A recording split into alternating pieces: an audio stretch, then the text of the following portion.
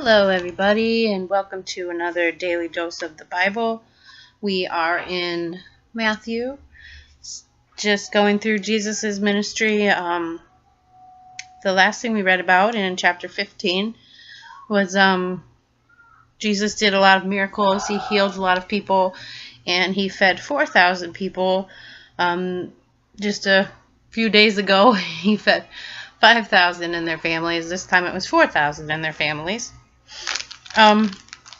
So he's getting quite a bit of notoriety. People are very interested, following him from place to place, and really want to see, what he's going to do next. They,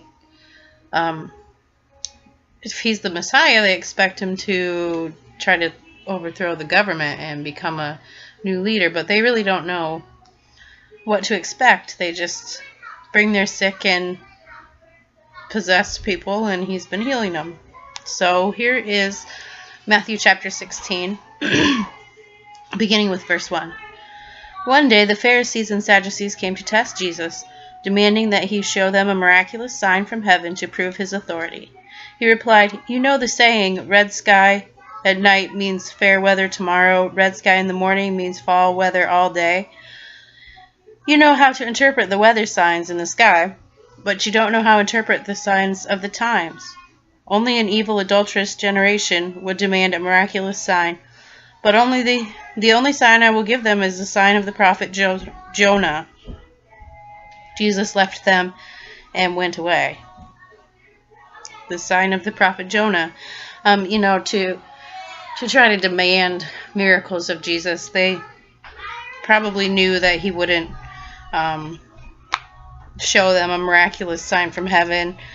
I'm not really sure what the sign of Jonah is, but I know that Jonah was in the belly of the whale for 3 days and then was spewed back out onto land. So I think maybe Jesus is talking about resurrecting in 3 days. And this is kind of foreshadowing, maybe. But I think it's neat that they have the red sky in the night means fair weather tomorrow, and red sky in the morning means foul weather all day. I didn't know that was actually in the Bible. So, next is the yeast of the Pharisees and Sadducees. Later, after they crossed to the other side of the lake, the disciples discovered that they had forgotten to bring any bread. "Watch out," Jesus warned them. "Beware of the yeast of the Pharisees and Sadducees."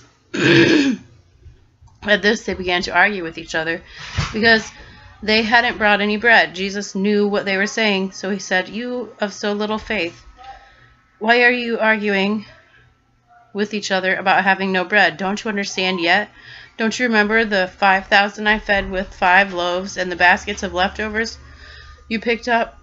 Or the 4,000 I fed with 7 loaves and the large baskets of leftovers you picked up? Why can't you understand that I'm not talking about bread? So again I say, beware of the yeast of the Pharisees and Sadducees." Then at least they understood that he wasn't speaking about the yeast and the bread, but about the deceptive teachings of the Pharisees and Sadducees. And that they were always, the Pharisees and Sadducees were at this time plotting to find a way to take Jesus down. They wanted that authority back, and just really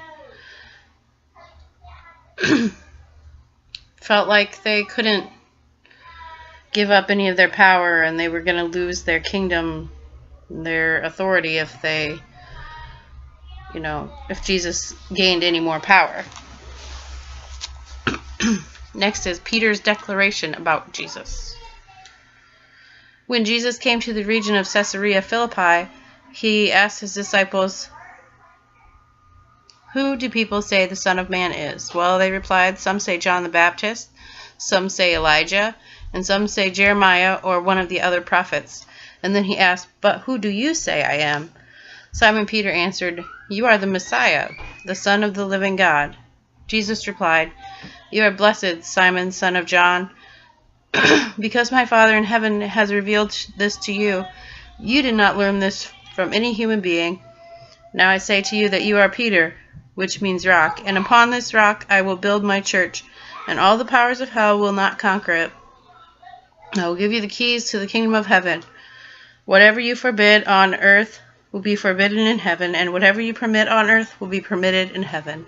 Then he sternly warned the disciples not to tell anyone that he was the Messiah, for fear, I'm sure, that, well, I know that he really wanted it all in his Father's timing, but, there's also that human side that would have difficulty leaving the people that he had grown to love, and, he wanted to accomplish so much more, and probably envisioned the way that the earth was supposed to be, the way his Father intended.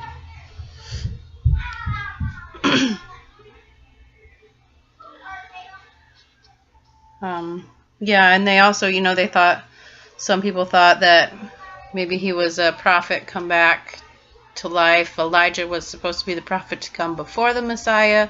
So, maybe they thought that that would be him. But the disciples, by the end, know that he's the Messiah, and they're told to keep it under wraps. Jesus predicts his death. From then on, Jesus began to teach his disciples plainly that it was necessary for him to go to Jerusalem, and that he would suffer many terrible things at the hands of the elders, the leading priests, and the teachers of the religious law. He would be killed, but on the third day he would rise from the dead. But Peter took him aside and reprimanded him for saying such things.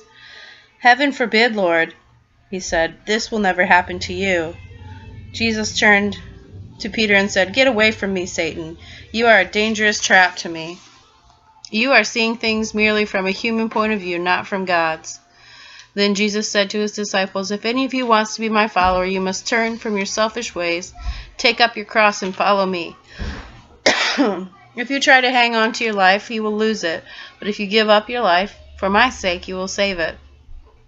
And what do you benefit if you gain the whole world but lose your own soul? Is anything worth more than your soul? For the Son of Man will come with his angels in glory of his Father, and will judge all the people according to their deeds. And I tell you the truth, some standing here right now will not die before they see the Son of Man coming in his kingdom."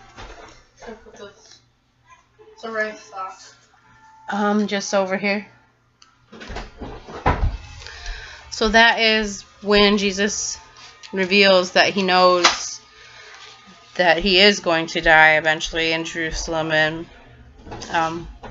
that he does know the whole plan that his Father has. That he's going to faithfully carry it out, and if we are willing to follow him, then we should do the same. We should give up our lives for others' sake. We should not hold on to our lives, or we'll lose them. If you cling to things of this world in a selfish way, then you're going to lose everything eventually. And if you put your stock in things that are spiritually important, that are the things of the kingdom of heaven, if you work towards propagating Jesus's life to others and sharing what he can do for other people, that's really the only true thing that you can invest in this life that will ever matter. So, just trying to make life better for other people and doing what Jesus would do. And I pray that you will take these words into your heart and let them blossom and grow, and review them as often as you would like. And just remember that Jesus loves you, and he came here knowing what he was going to do, and he went through with it all, and he would have done it just for you.